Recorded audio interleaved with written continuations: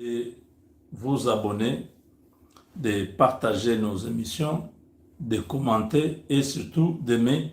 N'oubliez pas, ça ne vous coûte rien. Je ne vous demande pas l'argent.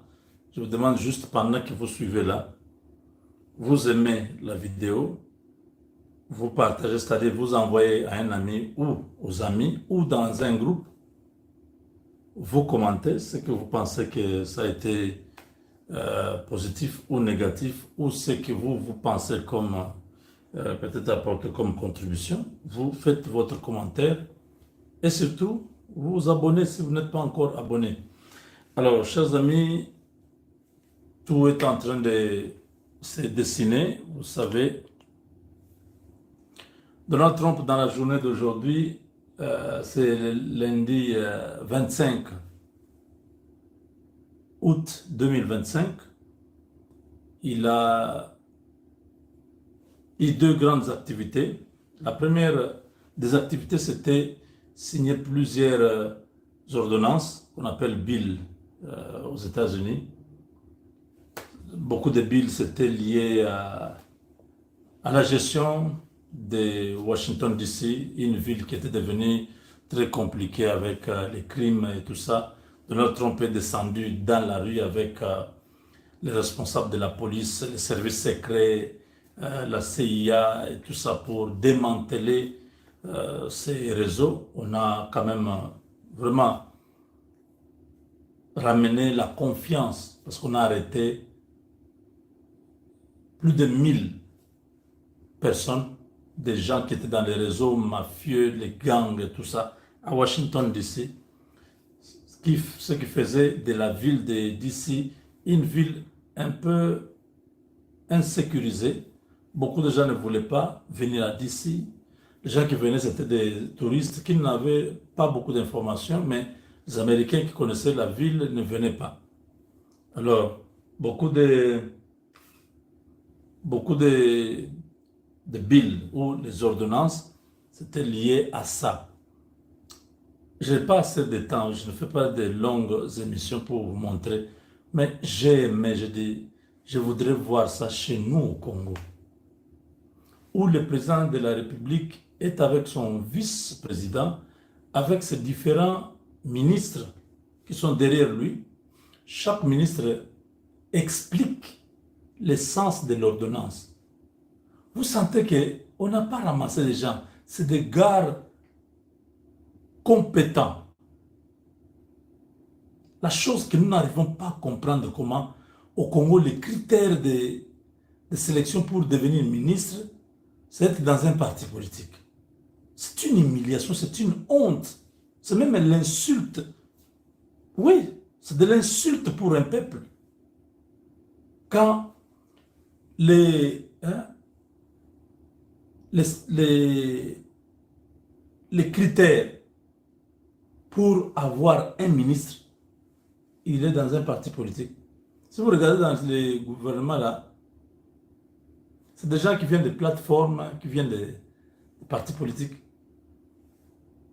Un préfet d'une école au fin fond de Kisangani là-bas, qui est populaire, qui a été élu aux élections, il devient député national.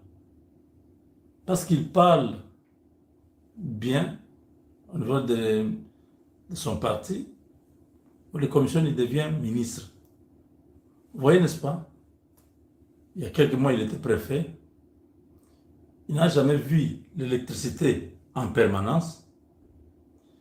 Il ne connaît pas comment utiliser un ordinateur. Il ne sait pas trop bien les principes de l'Internet. Je présume qu'il n'a jamais voyagé en international. Il ne connaît pas comment les ascenseurs fonctionnent. Il vient de Kisangani. Il peut venir du Kasaï, je ne dis pas seulement Kisangani. Il peut venir du Grand Bandon. Il peut venir de n'importe quel coin. Vous comprenez? Il ne connaît pas comment les ascenseurs fonctionnent. C'est la première fois qu'il soit dans sa propre voiture parce qu'il est député. Il a des gardes du corps. Il habite ma campagne, tout ça. Je ne sais pas si vous comprenez. Il est dans sa plateforme politique. Et quand on dit non, qu'on envoie les listes, c'est lui qu'on envoie. Oh, mais c'est un préfet, c'est quelqu'un qui parle bien. Mais attendez, cette personne ne sait pas qu'il y a l'intelligence artificielle qui existe déjà. Cette personne est déconnectée du monde. Vous faites de lui un ministre. Vous attendez à quoi? Ça m'a vraiment... On va parler de l'arrivée du président Tshisekedi à Washington dans 2 semaines. Mais laissez-moi, parce que c'est important, c'est notre pays. On n'a pas besoin que les petits pays qui sont autour de nous soient excellents, que nous soyons toujours... Donc les derniers là, on fait des choses qui sont à peu près. L'exemple patent, c'est les sauts de moutons à Kinshasa. Quand vous êtes à Kin, vous regardez les sauts de moutons, vous vous dites qu'il y a des gens moins intelligents qui ont été qui étaient responsables de ces histoires. Comment on peut faire des trucs comme ça?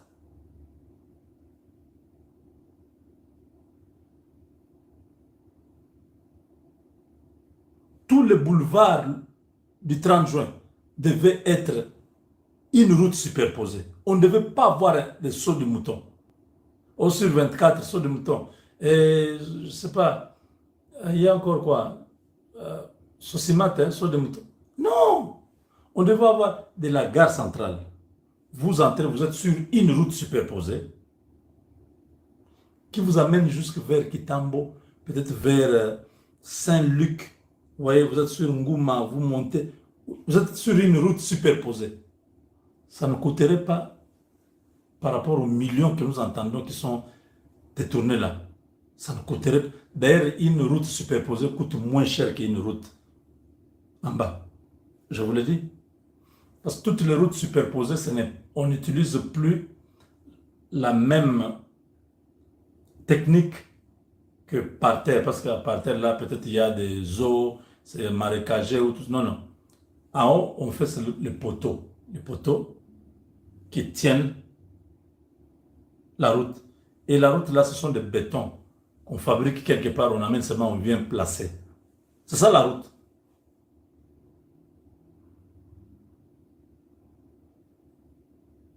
On prend des gens sans profil. Une république, c'est un gouvernement national, c'est-à-dire vous êtes déjà au niveau de représenter les pays dans d'autres forums. Vous prenez quelqu'un qui n'a jamais... Quelqu'un qui est à Kinshasa, on comprend encore. Il peut avoir déjà beaucoup d'éléments. Quelqu'un qui vient fraîchement de Kapanga ou qui vient de Ndemba là-bas. Vous faites de lui ministre. Vous imaginez à quoi vous vous attendez? Parce qu'il sera perdu quand il est dans un colloque international. Ils sont à Zurich. Ils sont à Francfort. Il est à Liverpool. Il est dépaysé, il est perdu. Ce sont les conseils qui commencent à dire Excellence. Ah, maintenant, là, il faut... C'est... Il ne faut pas dire non, ne comparez pas. Non, je ne parle pas de comparer. Je dis quand on fait le choix des ministres. Hein? Regardez à quoi ça ressemble.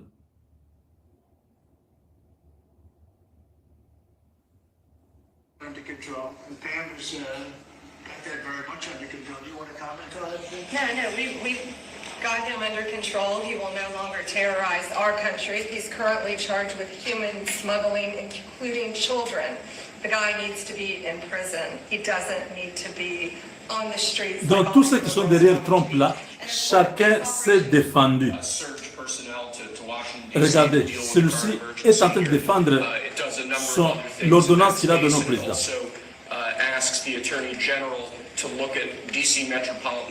J'ai appelé le procureur général. Donc c'est pour la police et tout ça, law enforcement.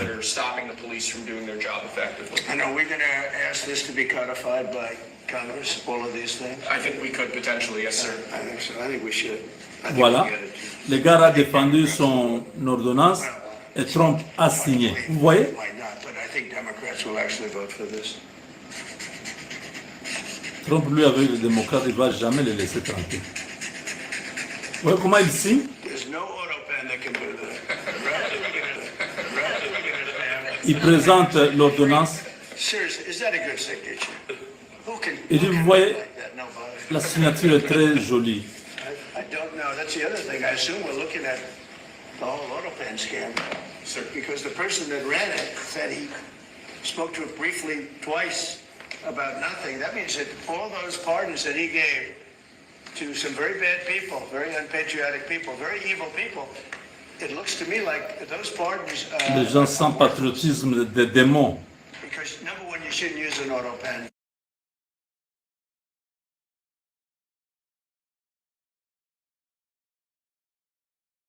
And very specifically, but if you do, it has to be a very good reason, and they have to know that the president wanted it. The president didn't want this. The president didn't know he was alive, okay? He never approved Le any of this président ne stuff. savait pas que c'était un He mensonge. wasn't for open borders. Il n'a jamais He was never for approuvé open ça. borders. I've known Biden a long time. He was never very sharp, but he was never in favor of open borders and all of the other things he did to destroy our country. Let's go. Lastly, sir, this is an executive order on flag burning. Voilà. It charges Ça, c'est the notre Would you listen to this? ministre This is very- avec, bon, ça, c'est toujours le ministre All là, over the country, they're burning flags. avec cette ordonnance. All over the world, they burn the Il doit American expliquer.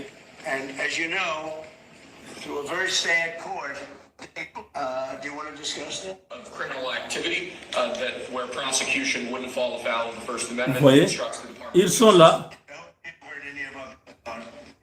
That's it. Hey, you know, just a couple of Ça, c'est une dame examples of qui a explique mother, a single mom whose Uh-huh. house was burglarized. Les femmes and the defendant seules. got out on cashless bail, went back the next night and burglarized her house again. That's why this is so important. A man got in a fight with another guy. He had a gun. He was let out. Next night, he got up, went back and killed him. So that's why it's so important, President, what you're doing. And thank you for protecting the American flag. And we'll do that without running afoul of the First Amendment as well. And President, I think Terry Cole, excuse me, I think Gaddy Serralta had something he wanted to give you on behalf of all the law enforcement who are out there every single night. Yes. Thank you for putting me in charge of this surge. As the director of the United States Marshal Service, it's the oldest law enforcement agency. J'ai vraiment les larmes aux yeux. Quand je vois, vous voyez tous ces ministres, des jeunes, hein, des jeunes qui ont quelque chose dans la tête. Ils viennent là, ils expliquent, voilà, monsieur le président, ça c'est pour les femmes seules qui ont des problèmes, voilà, la sécurité, tout ça, ils doivent avoir des armes, et ainsi de suite. Vous devez protéger la République, ainsi de suite. Donc, vous sentez que chaque personne qui y est là derrière Trump, vous avez vu le vice-président, non? J.D. Vance, c'est lui qui va parler presque à la fin. Si vous entrez, vous allez voir, c'est quoi? Trump, oui, c'est ça le titre. President Trump signed executive order August 2025. Ouais. Donc, le président Trump est en train de signer les ordonnances, et ainsi de suite. Si vous entrez là-bas, vous regardez comment est la structure. Tous ces ministres, chacun défend, chacun est en train d'expliquer le bien fondé de ce qui doit se passer. C'est pas au Congo, on voit 54 personnes qui ne foutent rien. Ils se retrouvent chaque vendredi pour faire la même chose, mais ils attendent un résultat différent. Monsieur le Président, on imite ou on copie des bonnes choses. On ne peut pas faire des choses, les critères de sélection, c'est parti politique. Les gens doivent venir des partis politiques. Ces gens-là, dans les partis politiques, ils ont quel standard, ils ont quel niveau. Les partis politiques du Congo ne savent même pas leur idéologie. Ils n'enseignent même pas leurs militants. Les militants ne sont pas préparés. D'autres partis politiques, c'est le président lui-même qui se présente, qui doit être ministre. On envoie, non, envoie-nous 3 non. Il se met premier choix, deuxième choix, troisième choix. Vous voyez, un parti politique, on dit envoyez-nous 3 non. Il se met lui-même à ces 3 noms-là pour dire que prenez-moi seulement. Quand vous regardez ces jeunes, Jerry Vance là, c'est des petits qui ont moins de 30 ans. Non, moins de 40 ans. Tous ces ministres que vous voyez là, la plupart c'est des jeunes. Vraiment c'est la jeunesse. Mais qui savent ce qu'il faut faire. Je vous ai toujours dit que j'ai été aussi formé à l'Académie des conservateurs, des républicains. C'est Alexandria, à Washington d'ici là. Oui, en Virginie. J'ai fait presque 3 ans, je partais. C'est là où on vous donne les basics, les fondamentaux. Vous comprenez comment la politique... Vous n'avez pas besoin d'avoir 50 ans. Oh non, les vieux ont déjà l'expérience. Non, c'est pas ça. Diriger un pays, on vous dit, le pays est subdivisé en temps. Voilà la structure du pays. Voilà comment ça fonctionne. On vous explique. Quand vous venez, vous n'inventez pas la roue. Vous commencez à faire ce que les autres ont déjà établi. S'il y a des améliorations, c'est pourquoi il y a ces ordonnances-là. Les ordonnances que vous voyez là, c'est pour améliorer. Je dis non, non, ça c'est une loi qui a été votée en 1974. Non, par rapport à la réalité, on doit changer. On doit faire ça. On amène des améliorations. Mais notre gouvernement, ce qui se passe chez nous, ça nous fait mal. Il faut que les choses changent. Nous ne sommes pas contre le gouvernement. Nous sommes contre la façon dont on procède pour faire les choses. On amène 54 personnes. Ce n'est pas nécessaire. Un pays qui n'a pas un budget de 50 milliards, comme l'Angola, vous avez 54 personnes.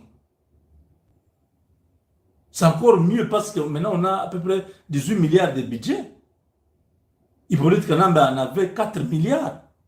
4 milliards. Vous allez faire, tout l'argent va terminer avec les ministres. Aidez-nous. Aidez-nous. Le Congo a besoin, si c'est trop, 25 personnes comme ministre. Ministre et vice-ministre y compris. Donc, peut-être 17 ministres et peut-être 8 vice-ministres. C'est tout. Ce n'est pas chaque chose qui doit avoir un ministère. Il y a des ministères qu'on peut mettre 4 activités dans un seul ministère. Les ministres la font quoi même? Quand il arrive, on lui présente un signataire, il est 12 heures. Il vient d'arriver, on lui donne les honneurs, il entre là, il est 12 heures. Il regarde. Ce signataire, il n'a même pas le temps de lire. Il se dit, j'ai un cabinet, tout le monde a déjà lu. Le chef, ici, ça c'était le dossier de telle société qui devait avoir telle chose. Ah, ok. Le chef, ça c'est... Il signe. Après, il pose la question si les dossiers pour l'argent et tout ça, ils sont comme ça. Ce ne sont pas des gens qui se mettent au travail comme ces gens que vous voyez là. Hein? Vous voyez que Trump est très exigeant. Il attend, il dit, ok, tu veux ajouter quelque chose, tu veux dire quelque chose. Il demande à celui qui a amené l'ordonnance. Et celui-là commence à expliquer, oh, monsieur le président, à cause de ceci, voilà, nous avons décidé de faire telle chose. Vous voyez? Regardez, le vice-président parle. Look at Governor Pritzker in Illinois, or Governor Newsom in Los Angeles, or Governor Moore in Maryland. They're angrier about the fact that the President of the United States is offering to help them get their crime under control than they are about the fact that murderers are running roughshod over their cities and have been for decades. Why are Democrat governors angrier about federal law enforcement helping clean up their streets than they are about the fact that those streets need to be cleaned up to begin with? It shows a real sickness in the head. And I agree with the President of the United States. I think most Democrats, rank and file, nobody likes crime. Republicans don't like crime. Democrats don't like crime. Independents don't like crime. Why are Democratic governors doing everything in their power to make crime easier to do in their cities? It doesn't make an ounce of sense to me. But, Mr. President, I appreciate you being willing to help. And I hope these governors take you up on the offer because we should clean up all of America's streets. It's the right of every American to live in safety and comfort in their community. Ça, c'est extraordinaire. Est-ce que vous entendez ça? Cet homme, c'est le vice-président des États-Unis. Il a la maîtrise du pays. Il dit tel gouverneur de tel État n'est pas d'accord avec le président, tel gouverneur n'est pas d'accord, tel gouverneur parce que ce sont des démocrates, ils encouragent la criminalité. Quand vous prenez la décision de pouvoir combattre la criminalité, ils sont contre. Je ne pense pas que les démocrates ou les républicains ou les indépendants sont d'accord que les crimes soient dans le pays. Vous sentez que la personne est en train d'expliquer les bien fondés de ce qu'ils sont en train de faire. C'est très important. Je n'ai pas mis ces séquences ici pour rien. Donc là, c'est le vice-président des États-Unis qui conclut, après toute la suite des ministres qui étaient en train de présenter leurs ordonnances, et le président doit savoir pourquoi il doit signer. On lui explique, monsieur le président, dans les pays, il y a telle situation, il y a tel besoin, il y a les immigrés, il y a les sans-papiers qui ont fait telle chose. Voilà, nous avons besoin de prendre telle mesure pour protéger les États-Unis. C'est très important. Au Congo, quand vous avez des gens qui savent ce qu'il faut faire, ça sera facile. Vous prenez un agronome, vous le mettez à la justice, vous prenez un avocat, vous le mettez à l'économie. Vous voyez, non? Parce que non, c'est une liste qui est venue d'un parti politique. On prend, bon, le parti politique là avait le ministère de l'économie, le ministère du tourisme et le ministère du développement rural. Comme il y a trois noms, vous regardez, leurs profils ne correspondent pas avec avec les ministères qui leur avaient été réservés. Vous voyez là où le problème se pose? Les gens qui viennent, c'est pas que, ok, on a dit, par exemple, l'UNC. L'UNC aura le budget, aura l'économie et le tourisme. L'UNC, envoyez-nous des gens qui ont ce profil ici. Non, non, l'INC va prendre, dit non, nous avons, vous savez, l'équilibre géopolitique. On a déjà les gens dans tel espace géopolitique ou linguistique. On ne peut pas mettre quelqu'un de swahiliphone, il faut que ce soit quelqu'un qui est congophone. Mais la personne du congophone là ne correspond pas aux ministères qui sont réservés à ces... Vous voyez, c'est des choses... C'est pourquoi la constitution de la RDC, là, il faut déchirer ça. Il faut jeter ça. Il faut devenir, comme les Américains, un régime présidentiel. Le président peut choisir des gens qui peuvent l'aider à faire bien le travail. Il sait que, ah, celui-là, c'est un professeur... je sais pas, des finances, ou c'est un directeur d'une institution financière. On fait de lui ministre des Finances. C'est quelqu'un qui maîtrise, qui comprend comment les finances fonctionnent. Ah, c'est un monsieur, c'est un agronome, c'est... Ah oui, oui, l'agriculture. Donc, on regarde les profils, l'expérience, et les réalisations, on dit non, celui-ci va aller là-bas. C'est très, très important.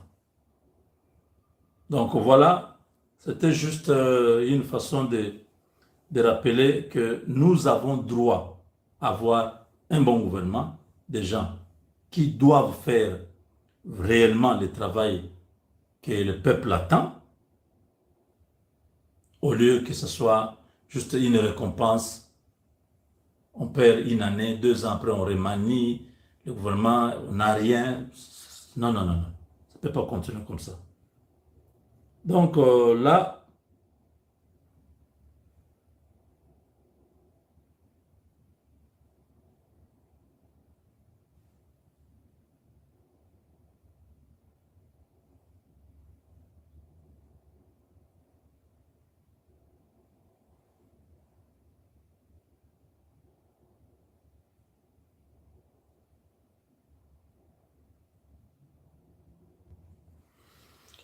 alors Donald Trump annonce l'arrivée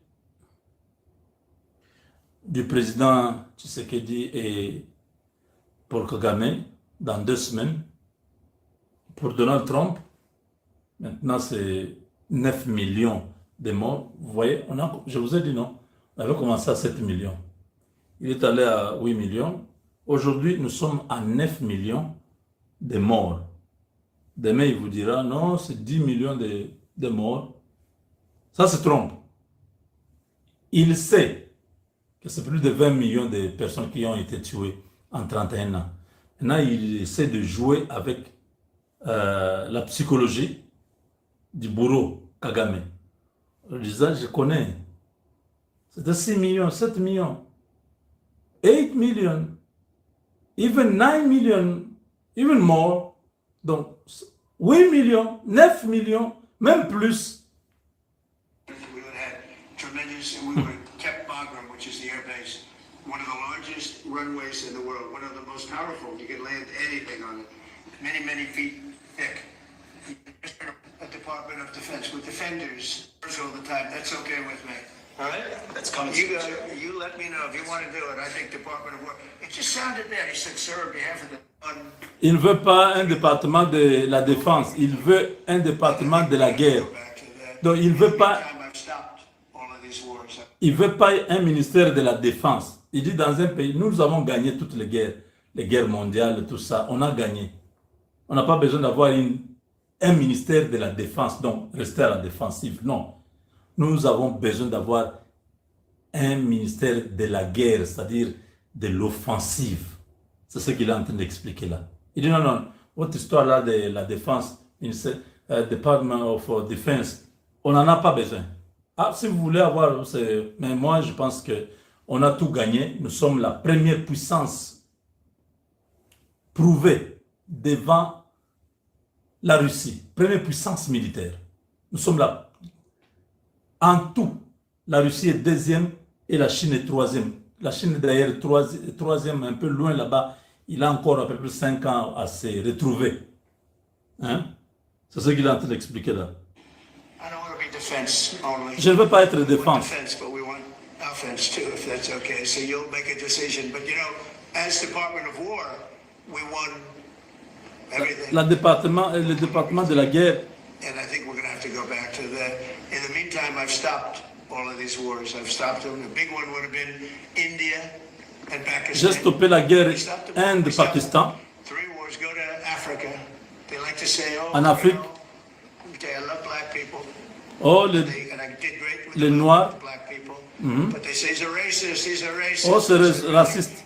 For 35 years, a war raged between Rwanda and the Republic of the Congo. And it was a vicious war. RDC, 9 million people were Rwanda. killed with machetes largely. 9 millions. Machetes. That went on for more than 30 years, but 34, 35 years. And I stopped it. In fact, the presidents are coming in a week or two to sign. We have the foreign ministers to all sign the war stop. But I got it stopped and saved a lot of lives. The Congo, that's deepest, darkest Africa. I got that war stopped. Nobody else could have done that. We did a lot of jobs. We did a lot of wars were stopped that nobody thought would even be possible. And I'll tell you what, the war with India and Pakistan. Donc, j'ai stoppé cette guerre-là de 3 décennies. 9 millions de personnes sont mortes. J'ai stoppé ça. Les présidents vont arriver dans 1 semaine ou 2 pour signer. Il a annoncé.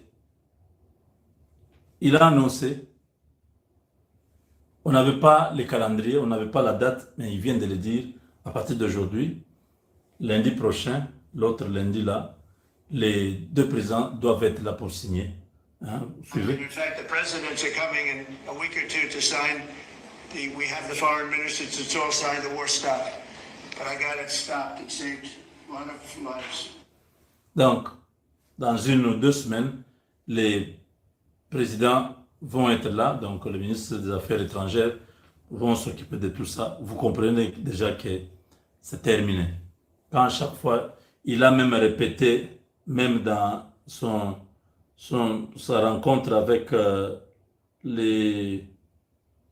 l'autre ministre, le président Il y a le président, vous voyez ce président de la Corée du Sud. We love what they do. We love their product. We love their ships. We love a lot of the things that they make. Il a répété même dans cette émission. Alaska having to do with the oil. Attendez.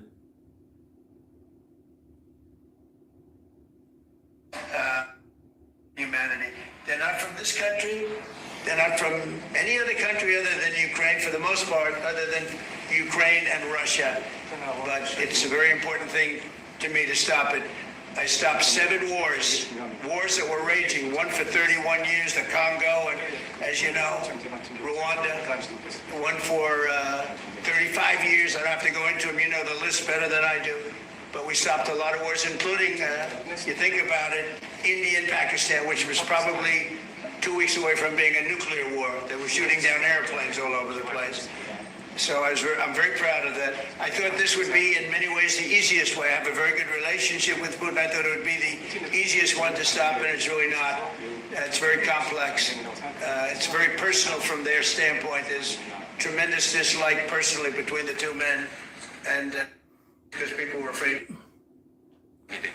Donc vous voyez, c'est ça. Ils sont avec le président de la Corée du Sud.